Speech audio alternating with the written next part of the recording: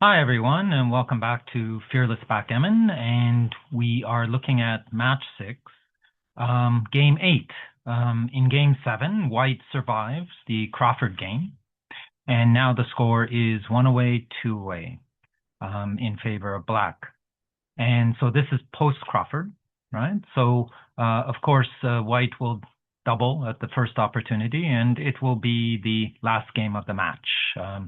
So-called double match point, or DMP for short. And generally with DMP, as I've mentioned in some previous episodes, the end of certain matches, you generally play purely. You play, you put your checkers where you want them. You're not afraid of gammons, right? Basically, this is the last game, and there's only 1 point separating, basically, after the doubling cube is used. So, yeah, you don't necessarily err on the side of safety with the MP. Okay, so I think we have an exciting game ahead of us. Let's see if White can pull off the comeback or whether Black holds him off and wins the match. So enjoy. I'll try to provide you with some instructive insights. And yeah, leave some comments if there's anything you have questions or you feel that you noticed something that I didn't. Perfectly possible. So let us know. Okay, thanks and enjoy. Okay, here we go. So White starts with 6-3. Okay, and there are two decent roles here, moves here, I should say. One is just running, right? Which is fine. But splitting is perfectly fine as well. You're not afraid of being hit. And splitting and coming down leads to a more complicated game. So, if you feel that you have the skill advantage and or experience advantage over your opponent, then go for the complicated and complex game. But if you feel that your opponent is stronger than you, then there's really nothing wrong with just running and keeping it simple and trying to win just through the race, right? Okay. But White splits and comes down. Okay. Black hits now. Okay. And interestingly, it doesn't really matter if you look at if you look at the evaluations, it's a pass no matter what Black does. So we'll talk about that in a minute. Okay. But in any case, hitting is mandatory, and then bringing down, normally you bring down a checker from the 13 point, unstack the checkers and give yourself an extra checker because the 8 point, right, is missing. Once you hit, you don't have a spare checker on the 8 point. So it's nice to have that spare checker come down to give you a little more in terms of hitting back possibilities, that kind of thing. Okay. But in any case, White correctly doubles. Remember, this is post Crawford, so it's kind of basically an automatic double for White once he survives the Crawford game. And as you can see, it's a fairly hefty mistake, right, for Black to take this. It's a blunder. And here's the basic rule, okay? So at post Crawford, 1 away, 2 away, right? Whenever your opponent is an even number away in post Crawford, so if it's 2 away or 4 away, those kind of scores, then if your opponent wins the first roll, then generally speaking, you pass. Okay? And you try for one more game. It's called a free pass, right? You try for one more game. Hopefully you'll get the first roll in the next game. And in any case, that's a general rule. There are exceptions. You could roll really well, like double sixes, right? After this kind of start by White.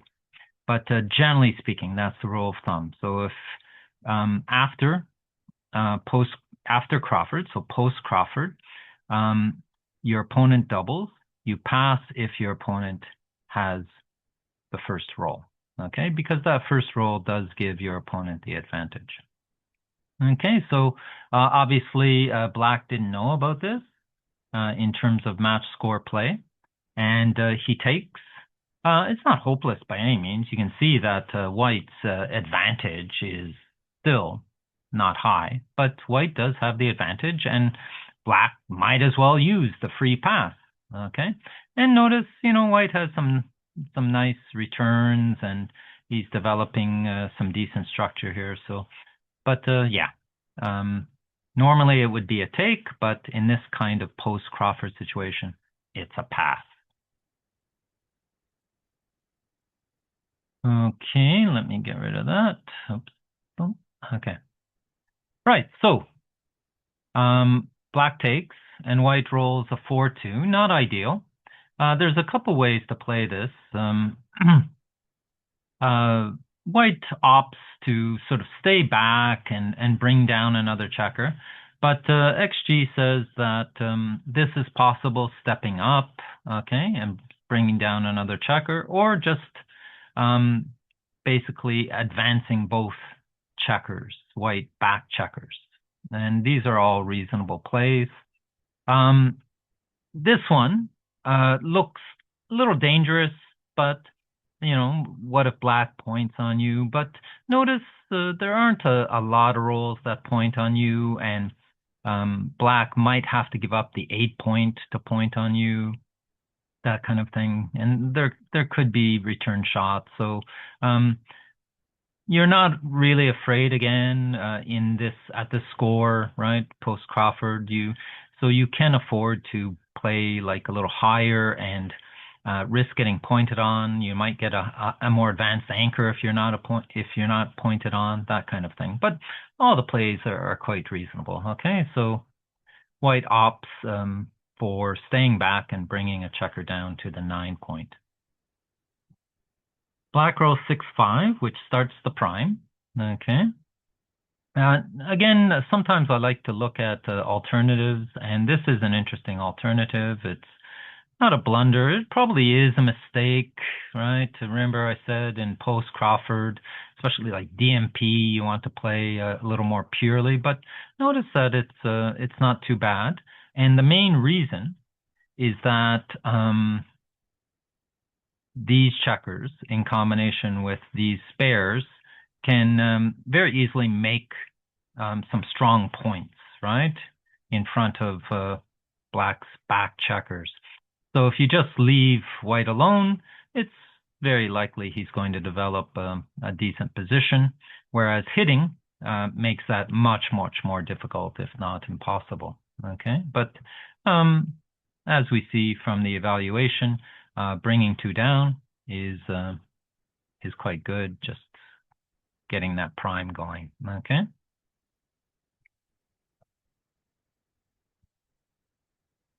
(4-1) for White. As I mentioned, he can start building his board, and he makes the 5 point. Okay, and Black does the same with the 4-2.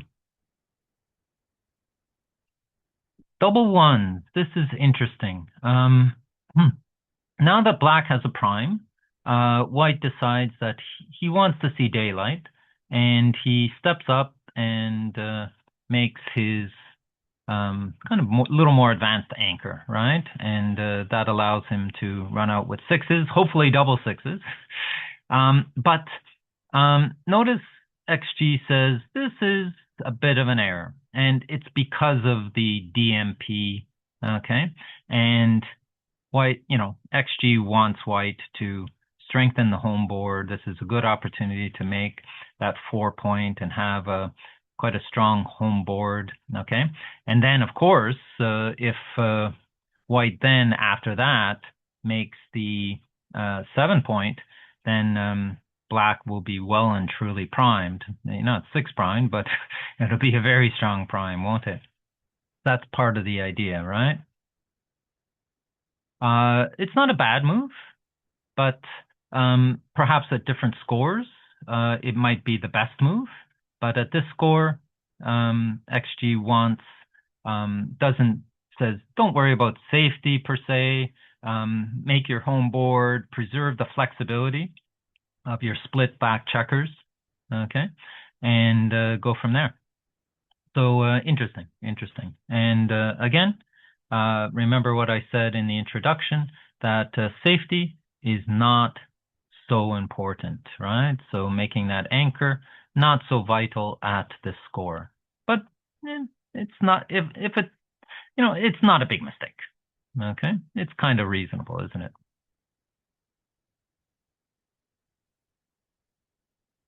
Black rolls a 5-2, and this is a bit of an issue, okay? Because white is in a priming situation here, okay? Got lots of checkers coming down to prime, and black really needs to get those back checkers kind of moving or split, right? Even though you're splitting into danger, into attacks, if you just stay back, it could be a problem. Now, notice this move, another reason why it's not very good, is one of black's strategies is the counter prime. But by moving the checker to the 4 point, you're taking quite a valuable builder, right? And even though the recommended move says put it on the 6 point, okay, it still serves as a builder for the 5 point in certain situations. Not as effective, of course. It's not a great roll, 5-2, but at least you can keep it active to build the 5 point, and then you split with the back checkers. Okay, so be careful about sitting back with your back checkers, especially at DMP, right? You're not afraid of being gammoned. Of course, being pointed on is not nice, but your front structure, black's front structure is not bad for containing these checkers, so try to get your own checkers moving in that case. Okay, so that's a pretty substantial mistake. Again, it's kind of related to safety, right? Playing safe, whereas at the score and in this position, it's not the right idea.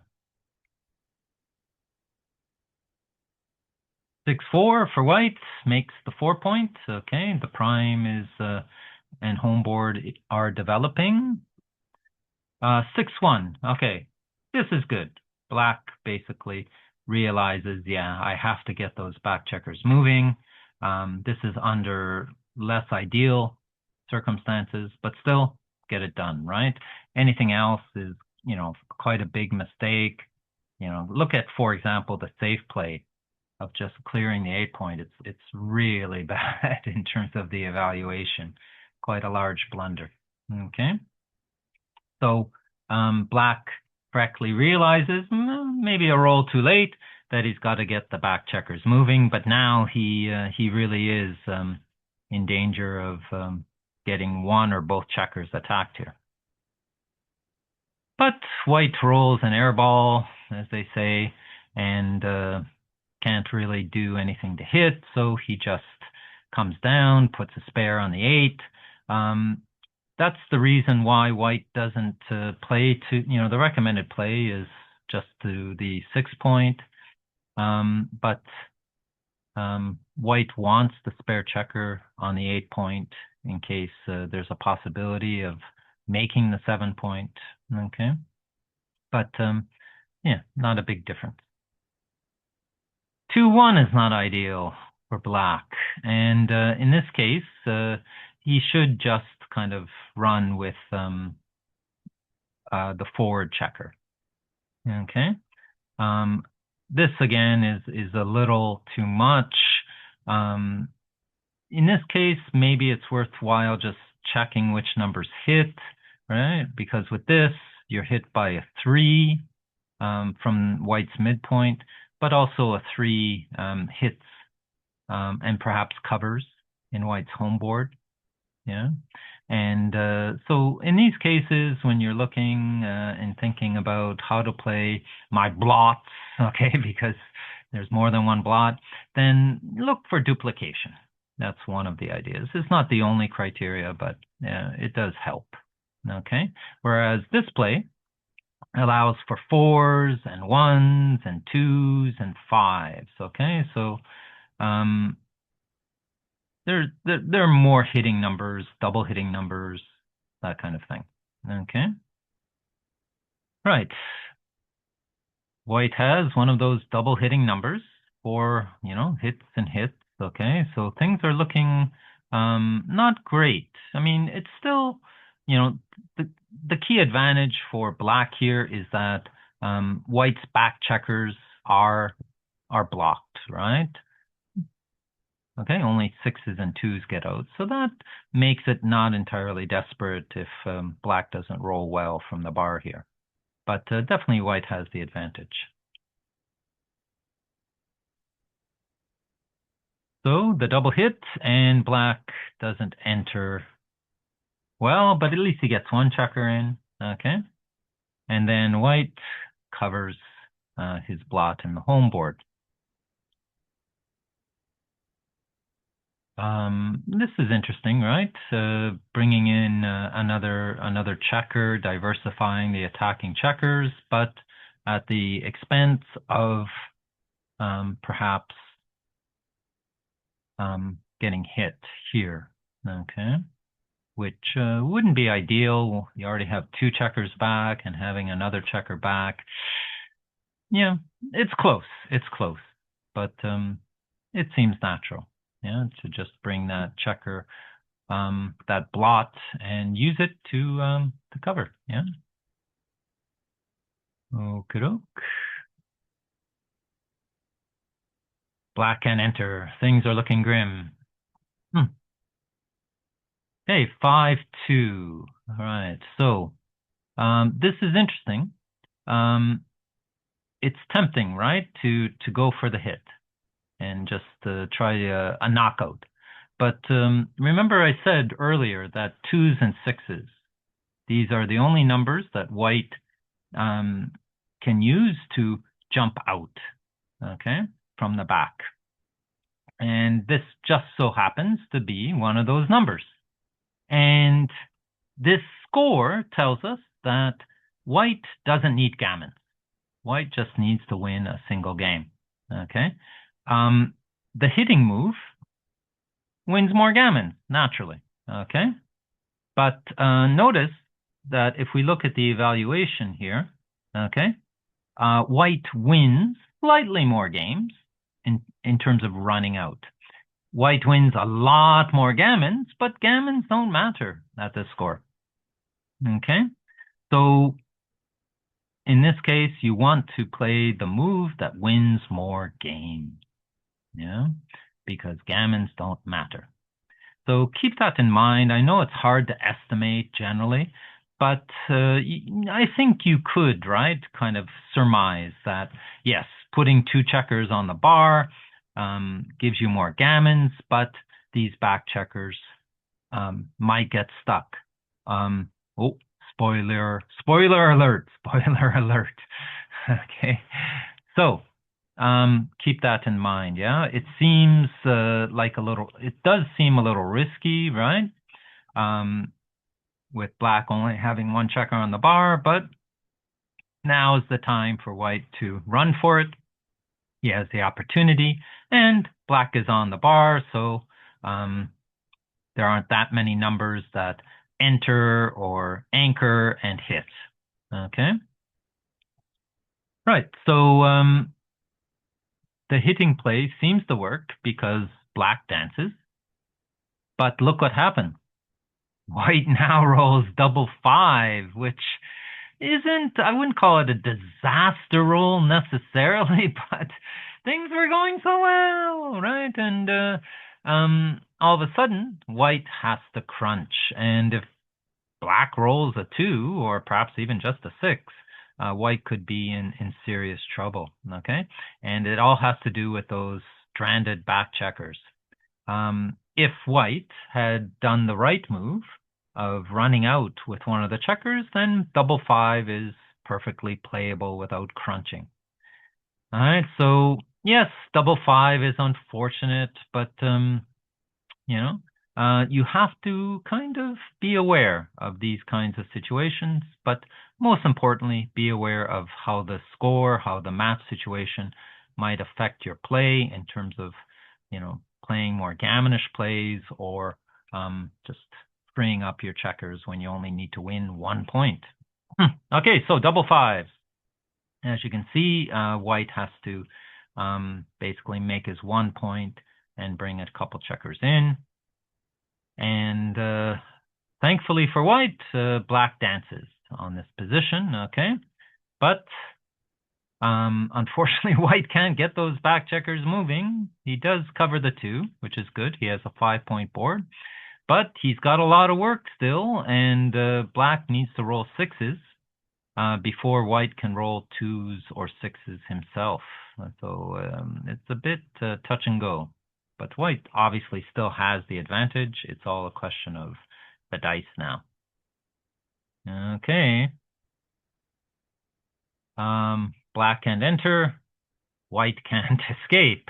And the sad part now is, of course, it's much easier for black to enter. White has to clear his 5 points. So white is down to a 4-point board, and it's much more likely for black to enter now.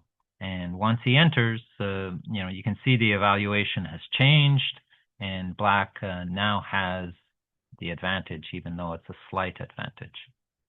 It's again, the race is very much in white's favor, and white's home board is still stronger, but getting those checkers around and home for white is going to be quite the challenge.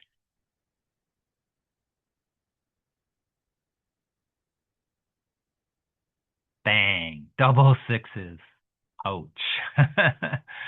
Okay, so now black has a substantial advantage. He's got 65% chances of winning the match, the game and the match at this point. Okay, so let's see if white can extricate himself from this situation. 5-4 doesn't do anything for white, can't move. 3-1. Now this is a bit of a strange move, right? Why put the checker behind the anchor?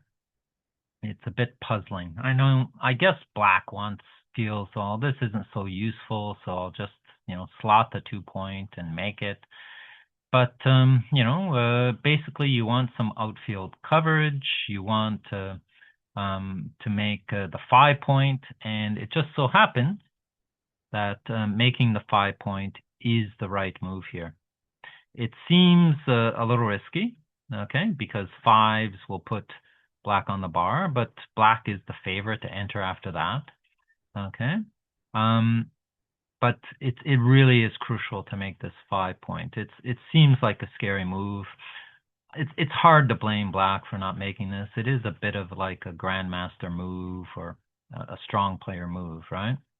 But white's home board is crunched. That's important. And even if white hits, he's not likely to roll double 5s. But in any case, black is the favorite to come in at least a couple rolls. And in that case, it's still going to be much harder for white to come around. And at the same time, black will have a strong home board, right, with a nice prime. So that's the idea behind it, okay? The second move was, as I mentioned, kind of control the outfield, okay? Leaving only kind of like double 6s to hit. But making the 5-point, very tough move here. But especially at the score, that's the strong move. But white doesn't hit it. Oh, sorry, there's no hit, of course. But white has to just sit back still. And 4-1, it's kind of a bit strange, isn't it? Black slotted his 2 points, so why doesn't he make it? And one of the issues with black's play is, it's actually, on the face of it, not a bad move, but it does leave a blot for 6-4, okay? And what are some alternatives? None of them look particularly good, but since he slotted the 2-point, he might as well make it. One of the issues, of course, is if white jumps out with a 6 and black has a homeboard blot, a hit might not be as strong as it could compared to if black has no homeboard blot. So that's kind of the rationale for that move. Speaking of 6-4, bingo! It's a hit. And all of a sudden, white seems to be back in the game. And remember, black only has a 2-point board here, right? Okay, and he seems to have escaped one checker. So a very lucky roll. And black cannot enter. Ay, ay, ay, ay, ay. Double twos. This is interesting, right? In the end, white decides to just take the 2 and hit, put 2 on the bar, and try to escape after that. Okay, but XG says, you've kind of got the game under control, so you might as well just not risk another blot and bring it to safety. Notice black will have 2 checkers on the bar after playing, hitting and pick and passing, as we say, hitting and cut and getting out of the way. So there could be time for white to roll a 6 or a 2. Okay, but notice it's not, I would say, a big mistake, even if it is a mistake. In this case, it follows that principle, right? Where, if you have a roll that helps you escape, you generally take advantage of it because you don't know when you'll get it again. Okay, so interesting play by white. Black needs to roll a 6 to turn this around. Okay. Oh, he only rolls a 5. Okay, but still, it's it's not over by any means. And black comes in and safeties that checker. Okay. And black dances. Ay, ay, ay. Well, this is, remember when we were talking about why white's position wasn't so bad, and a 4-point board is nothing to sniff at, right? And it's holding strong for white for now. White comes around. This might be black's last chance here to come in and hit, or at least anchor and stop some plays.